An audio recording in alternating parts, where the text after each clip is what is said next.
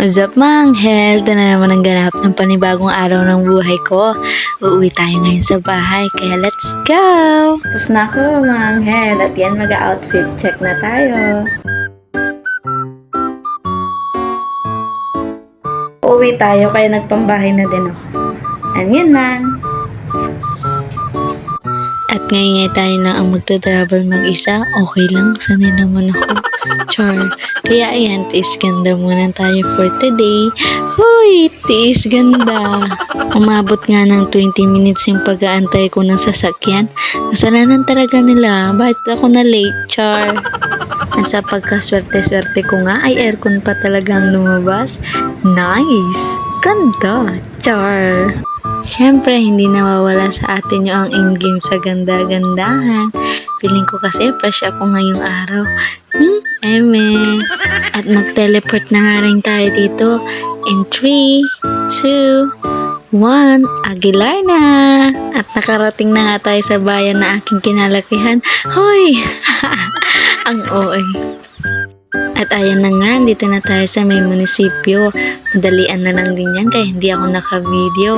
At ito pala ang makakasama natin for today. Our special guest, Giselle in the house. At ganda-ganda din kami diyan. Bakit? Lang ano ba? Lang. Oh, pagi.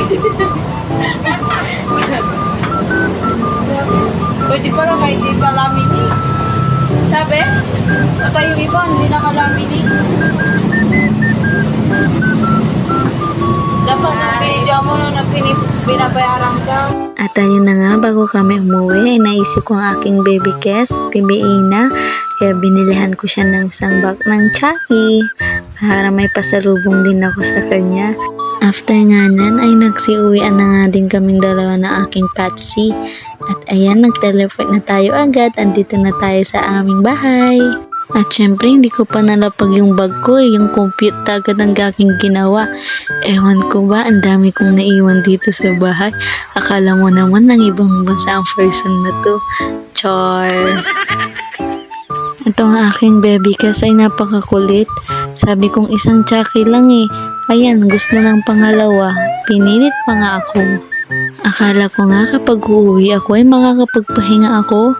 Yun pala, bawal ang magpahinga sa person na to. Nice. Pero okay lang yun. Importante, humihinga pa rin. Char. So ayan nga, fast forward at dyan nga'y tinulungan din ako ng aking baby Kes. Pero ito lang din naman ang ginawa niya. Hindi tumulong.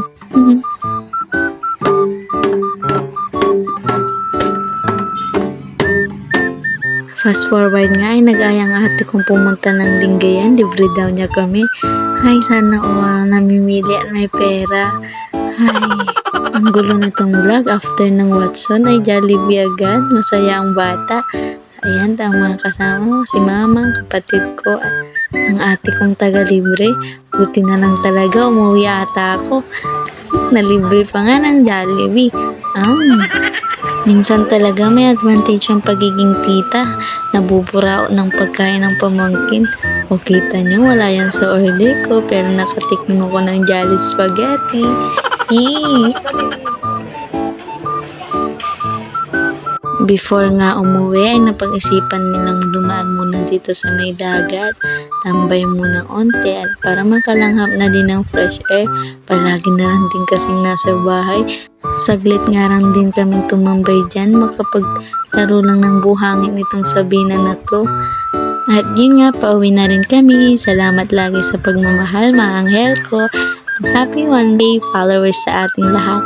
Lamang po, ingat lagi. Bye-bye!